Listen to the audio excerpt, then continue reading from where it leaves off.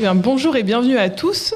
Et merci à Saint-Nicolas-de-Bourgueil de nous recevoir dans la Maison des Vignerons de Saint-Nicolas-de-Bourgueil pour cette journée de regard croisé pour une viticulture durable. Je suis Sophie Talbot, directrice générale d'Interloire. Et j'ai le plaisir aujourd'hui d'animer cette table ronde sur le thème aujourd'hui d'actualité, la décarbonation, contraintes ou opportunités pour les vins de Loire. En guise d'introduction, pour remettre le sujet dans son contexte, il faut savoir que depuis 2019, Interloire coordonne et anime les acteurs de la filière des vins de Loire autour du plan filière Loire 2030, qui est notre feuille de route stratégique pour l'ensemble des acteurs des vins de Loire. C'est un dispositif unique en France et ça nous permet vraiment d'avoir tous ensemble un cap commun pour avancer, une véritable feuille de route qui se structure en 4 axes. Donc le premier volet, c'est l'objectif de création de valeur. On vise d'atteindre 30% de nos ventes à l'export en 2030. Le deuxième volet, c'est l'engagement environnemental. On vise 100% de nos surfaces en bio ou en certification environnementale, Terravitis, HVE, horizon 2030. Et aujourd'hui, on est à 85%. Le troisième volet, c'est l'engagement social, qui vise à développer l'attractivité de la filière des vins de Loire pour s'assurer qu'on ait demain les talents dont la filière a besoin en termes d'emploi. Et puis le dernier volet, c'est l'engagement sociétal, sensibiliser, jouer notre rôle en termes de pédagogie autour d'une consommation de vin responsable. Donc ce qui nous intéresse aujourd'hui, c'est plutôt l'engagement environnemental. Ce qu'il faut savoir aussi, c'est que notre plan de filière Loire 2030, il est en rien figé, il est vivant. Et en 2024, on a décidé collectivement d'ajouter à ce plan de filière la notion de réduire notre empreinte carbone, donc une mission carbone qui est venue compléter ce plan filière. Et dans ce cadre-là, concrètement, on a lancé en 2024 la plateforme Wine Pilot, en novembre 2024, avec une première phase de test. On a eu une trentaine de testeurs pour nous aider à ajuster l'outil. Et puis depuis le 2 juin de cette année, 2 juin 2025, la plateforme est maintenant disponible à tous les opérateurs des vins de Loire pour 50 € par an. Et donc l'objectif de cet outil, à quoi ça sert ? C'est de pouvoir mesurer son empreinte carbone à titre individuel, que je sois un domaine, une cave coopérative, un négoce. Et puis également, ça nous permet d'obtenir l'empreinte carbone collective au niveau de l'ensemble du territoire des vins de Loire.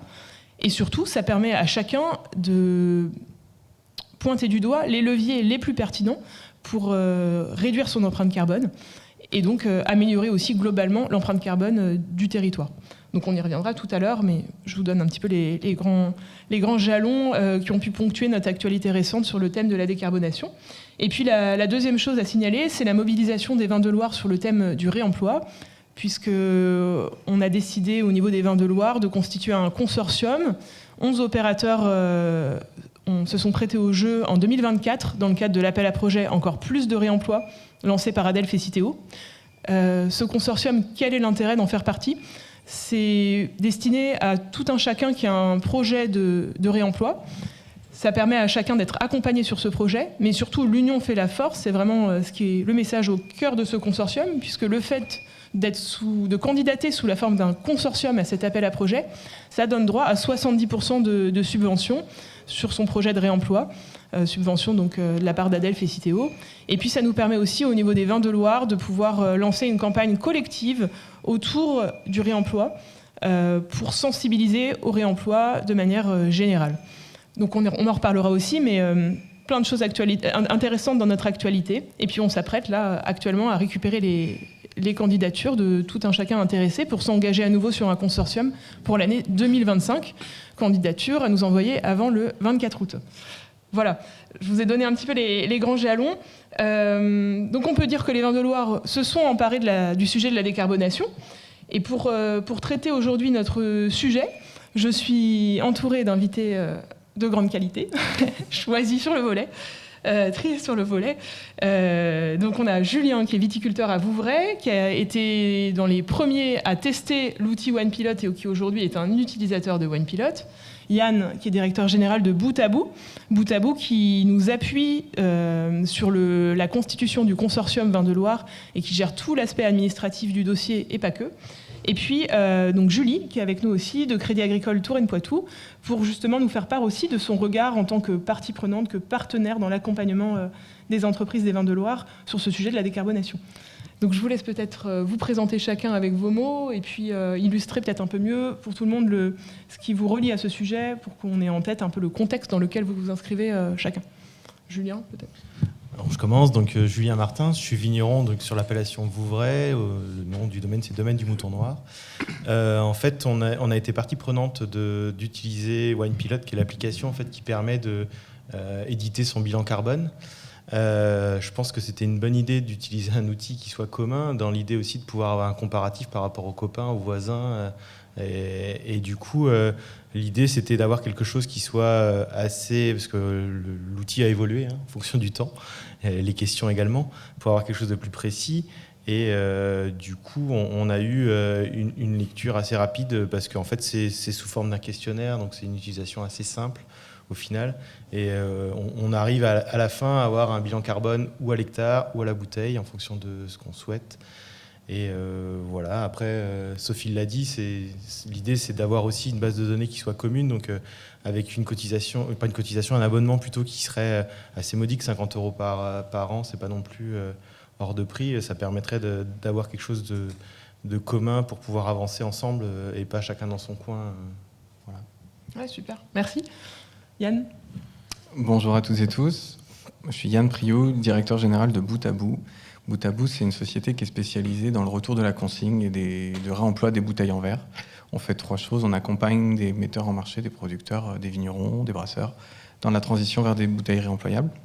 Ensuite, on développe un réseau de collecte, des magasins, des cafés, hôtels, restaurants, de la livraison à domicile ou même directement au domaine. Pardon, j'ai un appel. Et par ailleurs, on opère la filière. Donc ça veut dire qu'on collecte, on organise la logistique, on collecte les flux, on les trie. Parce que bien souvent, quand on récupère les flux dans les magasins, ils sont en mélange. Donc on trie les bouteilles par format et on fait du lavage. On a un site de lavage qui est à Carquefou, à l'est de Nantes, qui est une usine assez capacitaire. Certains d'entre vous, je vois, sont déjà venus la visiter. Et puis par ailleurs, on est partenaire et associé au projet de consortium des vins de Loire pour aider à la filière des vins de Loire, qui est pionnière quelque part dans ce domaine, à essayer de passer au réemploi. Et ce qui est chouette dans notre consortium, c'est qu'on a des acteurs assez différents. On a des gros négoces, on a des domaines individuels, des plus petites exploitations, et chacun, en fait, à son niveau, peut jouer, peut agir et passer au réemploi. Donc voilà, quelques mots. Merci. Julie. Et Julie Rivière, donc Crédit Agricole Touraine Poitou. Je suis animatrice sur le marché de l'agriculture sur l'Indre-et-Loire. Et donc je ne suis pas venue seule, je suis venue avec mon collègue Hugo Dromer qui lui, donc il lève la main, qui intervient lui en tant qu'expert en fait sur tout ce qui est transition énergétique. Et l'intérêt de mon intervention, c'est qu'au niveau du marché de l'agriculture, on travaille en transverse avec notre service de transition énergétique qui s'intéresse particulièrement au sujet de la décarbonation, parmi d'autres sujets qu'on porte déjà depuis 9 ans. Donc on est une banque qui est vraiment impactante et sur le sujet depuis maintenant quasiment une dizaine d'années. Super, merci beaucoup. Peut-être pour commencer, est-ce que vous pouvez un petit peu nous parler de votre vision aujourd'hui de où on en est sur ce sujet de la décarbonation, chacun avec votre angle de vue, que ce soit en termes de connaissance de l'état des lieux, d'action entreprise, peut-être d'incitation aussi sur ce sujet de la décarbonation. Je commence. Alors nous aujourd'hui, c'est vrai qu'on n'a pas de demande, que ce soit des supermarchés, des négoces ou des exportateurs qui nous demanderaient notre bilan carbone, mais c'est vrai que c'est peut-être des choses qui vont arriver rapidement. Donc l'idée, nous, de s'inscrire dans cette démarche, c'était déjà faire un état zéro, parce qu'on n'avait aucune idée de quelles étaient les valeurs qui correspondaient à notre entreprise. Donc c'était déjà avoir un état zéro et puis faire un suivi sur quelques années pour voir comment on peut l'améliorer et quels étaient les leviers les plus importants, impactants dans ce bilan carbone. Et on se rend compte en faisant une lecture assez rapide que les emballages et le conditionnement est le pôle le plus important. On pensait que ça l'était, mais je ne pensais pas que ça serait le premier. Donc voilà, s'il y a Yann autour de la table avec Bout à Bout, je pense que c'est pas pour rien non plus. Il y a un levier là pour l'amélioration qui est non négligeable, et il y en a sans doute plein d'autres. Mais voilà, donc une année, je pense que c'est un peu court. Je pense que 2-3 ans, ça sera mieux pour avoir une vision un peu plus complète. Et puis avoir plus de gens qui participent à cette expérimentation de One Pilot, parce que tout seul, on se compare, faut qu'on se compare à quelque chose de comparable. C'est-à-dire que si on se compare par rapport à Saint-Nicolas, qui ne font pas les mêmes produits, c'est compliqué. Donc il faut vraiment que dans notre appellation, ou dans chaque appellation, il y ait plusieurs entreprises qui participent à ça pour avoir quelque chose qui soit cohérent. Voilà. Oui, merci. On a en tête que le post-emballage, ça représente à peu près 30 à 40% des émissions de la filière vin. Est-ce que du coup, le fait d'avoir pu avoir l'empreinte carbone T0 sur ton domaine, ça a pu, toi, te permettre de connaître mieux ce chiffre sur ton domaine, d'essayer d'affiner un peu la vision? Oui, alors après, c'est ce que je disais, j'avais aucune idée de la valeur, concrètement, parce que c'est pas quelque chose, je pense, quand on est viticulteur, c'est pas la première chose à laquelle on pense. Même si aujourd'hui, on est tous attachés, quel que soit la méthode de culture, on est tous attachés à notre environnement. Et bien sûr que si on peut, chacun à son échelle, essayer d'avoir un impact qui soit positif pour justement le réduire, on le fera. Mais donc, cet état des lieux fait par l'application fait que ça met un peu en lumière des choses qu'on n'aurait peut-être pas vues tout seul. Voilà. D'accord. Ok. Yann ? Oui, état des lieux. Bon, je ne sais pas comment c'est chez vous. La plupart d'entre vous, je pense, fait du recyclage de bouteilles. C'est-à-dire qu'on a tous appris quand on était petit à recycler nos bouteilles en verre. Ça marche très bien en France. Il y a 88% des bouteilles qui sont recyclées.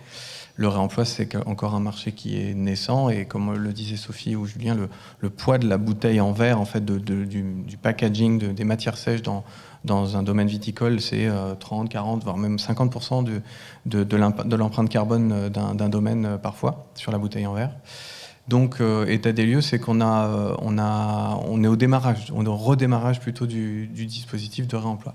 Après, aujourd'hui, en Val-de-Loire, et notamment avec le mouvement impulsé par Interloire, le secteur est parmi les plus avancés. Enfin, il y a une belle dynamique, il y a des acteurs engagés, il y a une vraie prise de conscience.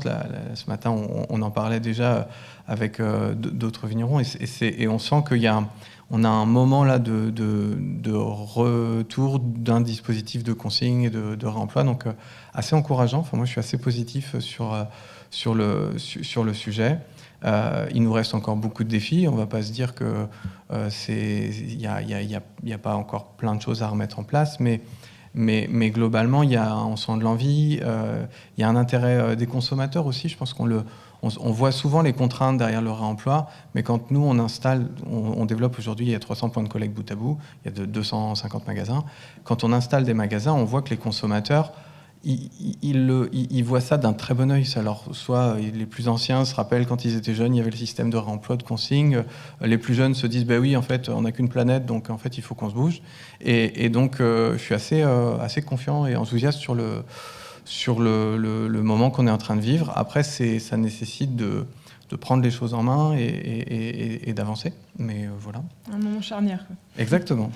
Ok, merci. Et toi, Julie, de ton point de vue, donc en tant qu'acteur du monde bancaire, quel regard tu portes sur la décarbonation des vins de Loire aujourd'hui ? Alors, au niveau de la décarbonation, quand on regarde sur des situations aussi locales que juste les vins de Loire, on est encore au début. Maintenant, si on prend un petit peu de recul, au niveau de la décarbonation, en tout cas au niveau de ce qui peut être regardé dans la banque, tout ce qui est bilan extra-financier, c'est déjà quelque chose qu'on regarde au niveau des grands groupes. C'est-à-dire que tout le monde a intégré que les grosses entreprises comme Total Energy, Colas, les très gros groupes comme ça, doivent déjà en faire transmettre leur bilan ESG. Oui, c'est ESG. Pour pouvoir en fait valider les financements auprès de leurs partenaires bancaires. La réglementation va aller petit à petit en fait par ruissellement sur des entreprises de plus en plus petites. Donc ça veut dire qu'au niveau de la viticulture ou de l'agriculture plus généralement, on va y arriver. Après, on ne va pas y arriver demain. Je ne veux pas vous faire peur en vous disant qu'il faut absolument démarrer maintenant parce que ça ne va pas être faisable. Par contre, rentrer dans cette démarche-là, il y a le côté financier qui doit commencer à venir un petit peu dans vos esprits, mais je reste convaincue que si ce n'est pas une démarche personnelle, vraiment engageante de votre part, ça n'a pas de sens. C'est-à-dire qu'il ne faudra pas le faire pour les banques, il ne faudra pas le faire... la vraie personne pour laquelle il faut faire cette démarche-là, ça reste vous, la démarche personnelle. Et un élément complémentaire qui est beaucoup revenu des dernières interventions que j'ai pu faire, que ce soit à la Chambre ou avec le préfet, c'est aussi par rapport à l'image que renvoie la viticulture, l'agriculture. Ça peut être un énorme appui demain pour revaloriser également l'image de la viticulture auprès du grand public. Intéressant. Et justement, peut-être pour aider chacun à se forger une conviction personnelle forte, ça nous amène au cœur du sujet. Quels sont, d'après vous, finalement, les obstacles principaux qu'il nous faut déjouer et les opportunités que ça représente pour les vins de Loire que d'avancer sur le chemin de la décarbonation ? Yann, peut-être, par rapport au réemploi ? Ouais, moi je le disais ce matin, le prisme, il va être... moi je vois que des bouteilles. Hein. C'est notre prisme, nous. Le sujet des opportunités, des leviers. En fait, on ne va pas se cacher, le standard aujourd'hui, c'est le recyclage, c'est des bouteilles à usage unique. Le fait qu'on ait abandonné progressivement la réutilisation des bouteilles de vin, notamment, ça a conduit le marché à alléger les bouteilles. On a des bouteilles de vin qui sont de plus en plus légères, et donc des bouteilles trop légères ne sont pas forcément adaptées à être utilisées plusieurs fois. Ça, c'est la première chose. Ensuite, depuis les années 70, il y a eu aussi une diversification des formats de bouteilles de vin. Donc, il y a des bouteilles très, très variées. Et donc, il y a un enjeu de retrouver des standards ou une harmonisation pour que la filière, elle puisse bien fonctionner. Après, pourquoi on le fait ? Ça permet de réduire de 80% l'énergie utilisée, de 76% les gaz à effet de serre. C'est pas Bout à Bout qui le dit, hein, c'est l'ADEME. Donc on voit que ça a un réel impact. Et donc du coup, en travaillant en collectif, on arrive en fait à lever un certain nombre de freins et à faire en sorte de mettre en place des choses qui fonctionnent. Donc concrètement, ça veut dire quoi ? Ça veut dire des formats de bouteilles qui sont standardisés, qui sont suffisamment solides pour être réutilisés. On le voit dans le consortium monté avec Interloire, qu'on arrive en fait à harmoniser et à utiliser quelque part des bouteilles qui sont toutes les mêmes. Et chacun se différencie sur son étiquette et sur le vin qui est produit et qui est dans la bouteille. Voilà, d'une part. Qu'est-ce qu'il y a comme autre enjeu ? En fait, le changement d'échelle ou l'accélération du marché fait aussi qu'aujourd'hui, les bouteilles neuves... alors, il y a eu des prix très élevés par le passé avec... des tensions sur l'approvisionnement, la guerre en Ukraine, et donc du coup les coûts d'énergie qui s'envolent, et donc du coup vous avez vécu ça au premier niveau sur l'augmentation des bouteilles. Le réemploi c'est aussi une capacité à avoir de la résilience et avoir un système où nous, le prix des bouteilles lavées, il fluctue pas en fonction de plein de paramètres, c'est quelque chose d'assez stable. Alors aujourd'hui, le fait que la filière démarre, on est sur un niveau de prix qui est à peu près ajusté par rapport au prix du neuf. Mais je prends toujours ce même exemple. Quand vous allez en restaurant et que vous prenez une bouteille d'eau minérale, souvent c'est une bouteille qui est qui est un peu érodée sur le tour et en fait qui est réemployée à beaucoup de rotations. Si Evian, San Pellegrino utilise des bouteilles réemployables, c'est évidemment pour des raisons environnementales, mais aussi économiques. Structurellement, ça coûte beaucoup moins cher de laver une bouteille en verre que de la casser et de la refondre à 1500 degrés pour refabriquer exactement la même bouteille. Donc en fait, en prenant le pas ensemble de réinstaller un dispositif de réemploi, de réutilisation de nos bouteilles en verre, c'est de la résilience, c'est réancrer la valeur aussi sur les territoires, mais c'est aussi structurellement construire une filière qui sera moins chère que le neuf. Je ne dis pas qu'aujourd'hui, à peu près, c'est équivalent. Et puis, on a monté avec Interloire un consortium qui permet de bénéficier de 50 à 70% de subventions sur l'achat des contenants. Donc, normalement, même aujourd'hui, ça doit être moins cher. Mais voilà, c'est un peu ça. Et puis, il y a un point que j'ai dit ce matin et que je veux redire, parce que peut-être que vous allez me poser la question. Quand on lave une bouteille, est-ce qu'elle a exactement le même comportement qu'une bouteille neuve ? On voit qu'en fait, les verriers ont beaucoup travaillé sur les revêtements de surface, pour que les bouteilles coulissent bien, par exemple, et ça, c'est des choses sur lesquelles on travaille pour que quelque part améliorer les choses. Donc on a encore des choses à améliorer. Je pourrais y revenir si vous voulez, mais c'est vraiment on est en train de lever tous les points techniques pour faire en sorte que le réemploi soit facile à utiliser pour tout un chacun. Super, merci. Julien ? Après, quand on disait un obstacle, oui, il y en a beaucoup. C'est vrai que je pense que nous, à notre échelle, les viticulteurs, il y a toute une éducation à refaire. Enfin, c'était et ça ne l'est plus. Enfin, quand on vend à nos clients 12 bouteilles et leur dire le prochain coup, quand vous revenez, si c'est des clients réguliers, on va dire, leur dire de ramener les bouteilles. Aujourd'hui, on ne le fait pas parce qu'il n'y avait pas les filières de réemploi. Mais maintenant, oui, il y a, à mon avis, des mentalités et des changements de mœurs à avoir pour justement accélérer dans cette idée, par exemple. Et après, le nerf de la guerre, comme pour tous les viticulteurs, c'est le prix. Donc plus il y en a, en espérant que ça fasse baisser les prix. Et voilà. Mais Et les gens qui ramènent 12 bouteilles au domaine, c'est la capacité d'en revendre 12 encore. Ouais. Et pour revenir sur l'outil OnePilot, est-ce qu'aujourd'hui, le fait d'être rentré dans le process, compléter le questionnaire, s'interroger sur aujourd'hui quels sont les leviers à ta main pour essayer d'améliorer l'empreinte carbone sur ton domaine, est-ce que cette démarche, ça t'a permis aujourd'hui d'avancer aussi dans la réflexion, de voir certaines opportunités sur le domaine que tu pourrais activer dans le futur ? Oui, bien sûr. C'est sûr que c'est ce que je disais, ça permet de faire un état des lieux. Et tout seul, j'aurais sans doute pas fait mon bilan. Enfin, clairement, j'aurais pas eu l'outil. Enfin, l'outil, si on a les données, il faut une matinée, en gros, hein, pour faire assez simple. Parce qu'il y a des trucs un peu embêtants à aller chercher, des trucs, le poids d'une capsule, le poids d'une bouteille qu'on trouve, mais qu'il faut aller chercher, le nombre de litres de gasoil qu'on utilise par an. Alors nous, en compta, on les rentre, puisqu'on fait notre compta nous-mêmes, enfin, on rentre les informations nous-mêmes, donc ça a été facile de le récupérer, mais c'est des petites choses qu'il faut penser. En fait, derrière chaque facture, on met le litrage correspondant, donc ça a été facile de savoir combien on consommait de gasoil à titre pour les tracteurs ou pour les déplacements interprofessionnels. Donc, mais voilà, c'est des petites choses, mais une fois qu'on a toutes les informations, une matinée, c'est fait. Donc c'est pas non plus hyper fastidieux.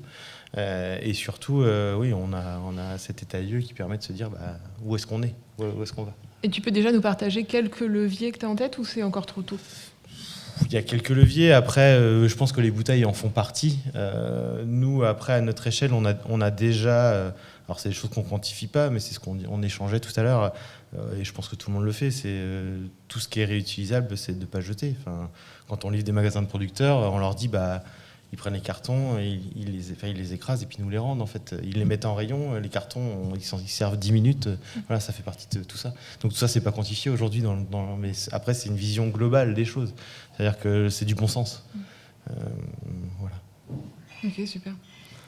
Julie, de ton point de vue, les obstacles à lever, les opportunités que ça peut représenter pour la filière ?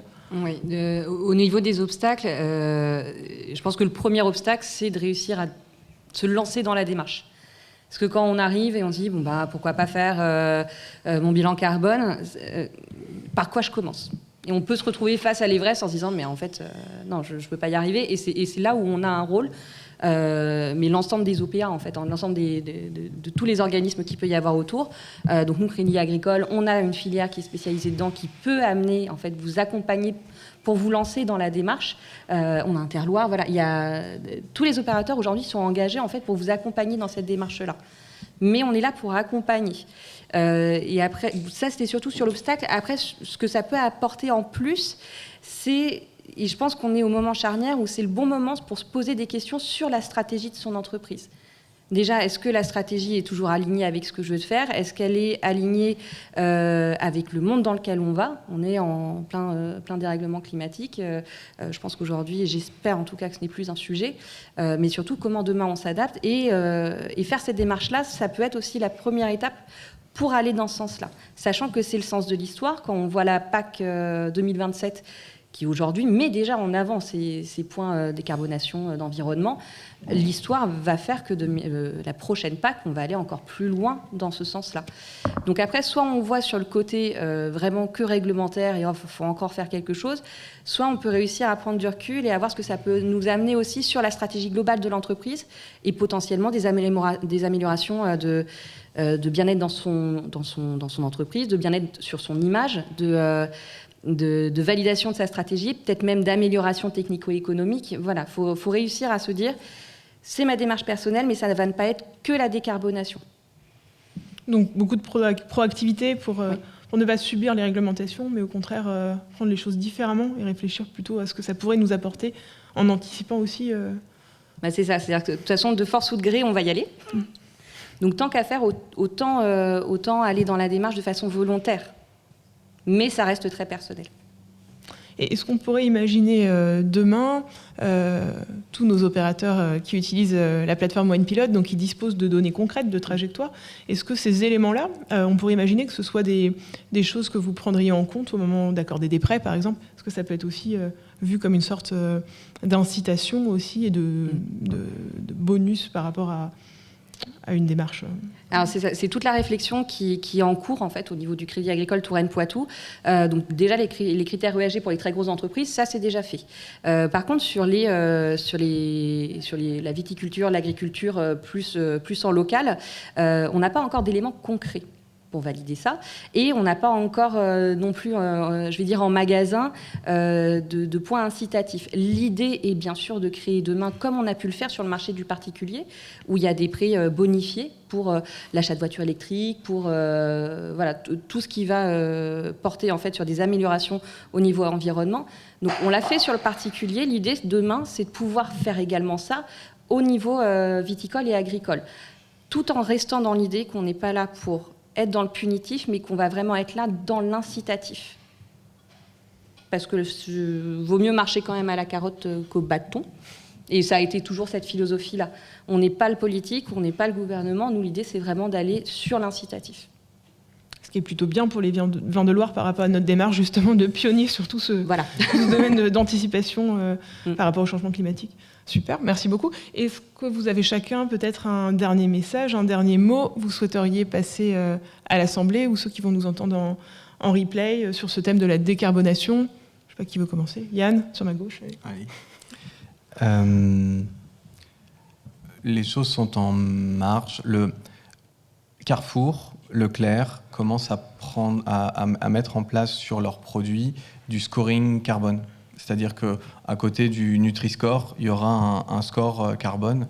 Donc c'est dire, même la grande distribution est en train d'intégrer en fait cette mesure et ce critère du carbone dans l'information donnée aux consommateurs et dans sa stratégie d'approvisionnement d'achat. Donc ça, les choses sont en cours.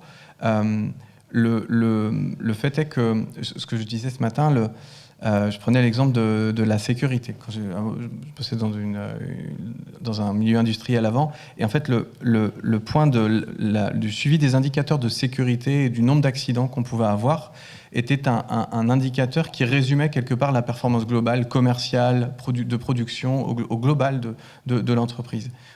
Pour moi, le sentiment que j'ai avec l'outil de mesure et la capacité à mesurer l'impact du carbone et le suivi environnemental d'un domaine, c'est quelque part, est-ce que c'est pas un peu la résultante de l'ensemble des actions, ou dès lors qu'on a cette information, c'est un peu la boussole pour savoir si au global on est dans une direction qui va dans le bon sens. En tout cas, c'est une réflexion que je voulais vous partager. Je ne sais pas si vous en faites ce que vous voulez.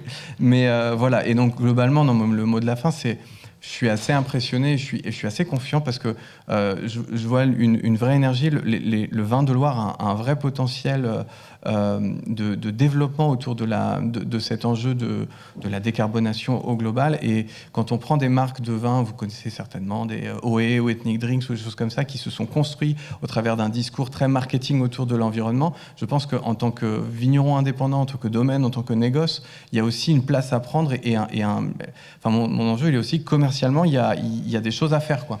Et du coup, de voir cette énergie, de voir la force du collectif pour des journées comme aujourd'hui, je pense que les vins de Loire ont un bel avenir devant eux. Enfin, il y a des belles choses à faire, en tout cas, avec cette stratégie de décarbonation, c'est très puissant. Merci beaucoup. Julien ? Pour rebondir sur ce que disait Yann, je pense qu'il est bon aussi de pas, et c'est aussi pour ça que OnePilot est un bon outil. Faut pas viser individualiste, on n'y arrivera pas. C'est un projet qui est plutôt, à mon avis, global. Si on s'unit, on arrivera à faire plus de choses. Enfin, il y a sans doute beaucoup de choses à faire. On est sans doute au balbutiement de tout ça. Mais je suis pas sûr que tout seul, moi tout seul dans mon entreprise, faire baisser le carbone, je ne peux pas y arriver tout seul. Enfin, oui, à mon échelle, mais je veux dire, il y aura sans doute des mutualisations à faire avec, je sais pas, des centrales d'achat pour les bouteilles, pour avoir tous la même bouteille, en achetant des choses en collectif, je sais pas, mais je pense que voilà, s'il y a un message à faire passer, c'est que oui, bien sûr, c'est chacun dans son coin, mais en collectif, on ira plus loin. Merci beaucoup. On a entendu des messages forts. La force du collectif, l'union qui fait la force, la boussole, le fait de prendre en main son destin sur ces sujets-là, que rien n'est aujourd'hui écrit, mais que le fait de participer dès à présent à la dynamique, ça permet aussi de tester, d'explorer, de contribuer aussi à écrire les règles du jeu. Donc plein de choses qui me paraissent très inspirantes pour tout le monde. Merci beaucoup à vous trois, Julie, Yann et Julien, pour avoir participé à cette table ronde. Et puis on va laisser la place aux questions dans l'Assemblée.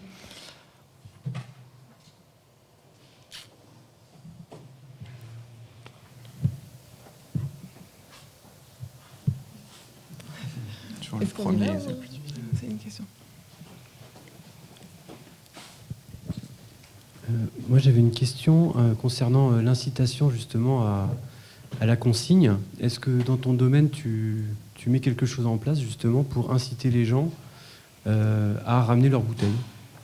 Et parce que j'entends dire comme quoi les supermarchés vont mettre la consigne et donner une petite pièce de remerciement. Donc, est-ce que c'est ce qui va se faire ou pas, ou voilà, de manière à inciter un petit peu tout ce monde-là à se motiver, parce qu'on sait très bien où est la carotte aujourd'hui. Alors moi, pour mon cas personnel, aujourd'hui, il n'y a pas de retour ou d'aspect. Voilà, c'est vraiment en fait comment dire, un choix de la personne de le faire ou de ne pas le faire. On ne peut pas forcer les gens. Maintenant, peut-être que oui, s'il y avait un petit cadeau au retour de 12 bouteilles vides, peut-être qu'il faudrait... Mais je me dis que c'est une prise de conscience collective.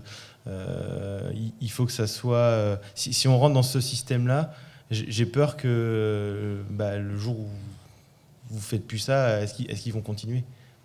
En fait, c'est ça. C'est leur faire comprendre qu'en fait, le retour des bouteilles, il faudrait que... il y ait aussi un intérêt pour nous, mais l'intérêt, en fait, il est pour tous. Il faut arriver à leur faire comprendre, hein. C'est ce qu'on disait, c'est de l'éducation. Parce que, oui, bien sûr, ils y retrouvent pas de manière financière. Par contre, ils s'y retrouvent dans le sens où on sera plus vertueux dans notre fabrication de vin, et donc on sera moins consommateur de carbone. Alors, c'est pas palpable, clairement, mais c'est de leur dire que c'est un geste aussi responsable. Comme on jette pas ces papiers par la fenêtre quand on roule, quoi. Voilà. La consigne, c'est un système d'échange monétaire. Vous achetez vous êtes en festival, vous prenez ce gobelet, vous laissez 50 centimes ou 1 euro, et puis vous le récupérez. C'est ça le dispositif de consigne. Donc, il pourrait très bien avoir au domaine l'achat de 12 bouteilles, plus 20 centimes par bouteille de consigne, et je vous les rends quand vous me rapportez les bouteilles. C'est ça le système de consigne qui existe un peu partout dans le monde. En grande surface, c'est ça qui va se développer. Le développement, bout à bout, au départ, c'était des magasins et il n'y avait pas de système de consigne. Mais en tout cas, c'était chaque magasin qui décidait parce qu'on ne voulait pas complexifier le système et les producteurs pouvaient vendre leurs produits avec ou sans consigne et les magasins avec ou sans consigne. Donc, on voulait vraiment faire en sorte que ce soit simple. Mais pour permettre que le réemploi se développe à grande échelle, il faut des règles qui incitent les consommateurs à rapporter. On est d'accord, la consigne, le fait que la bouteille elle ait une valeur de 20 centimes, on ne va pas l'acheter à la poubelle, on va pas la casser et on la ramène parce que 20 centimes, ça compte, et au bout d'un certain nombre de bouteilles, ça fait des euros. Et du coup, c'est ça le dispositif qui est en train de se développer dans l'Ouest. Vous en avez peut-être entendu parler par voie de presse. On vit depuis le 12 juin l'installation sur 4 régions de France du nouveau dispositif de consigne en grande surface qui s'appelle Reuse, qui est porté par Citeo et pour lequel Bout à Bout est un des acteurs du dispositif. Donc concrètement, là, oui, dans ces magasins-là, les produits sont vendus avec une consigne. Pour les petits formats, c'est 10 centimes. Pour les grands formats, type la bouteille de 75 centilitres, c'est 20 centimes. Et donc c'est le consommateur qui donne ces 20 centimes au départ, en plus du prix du produit, et qui les récupère quand il ramène cette bouteille.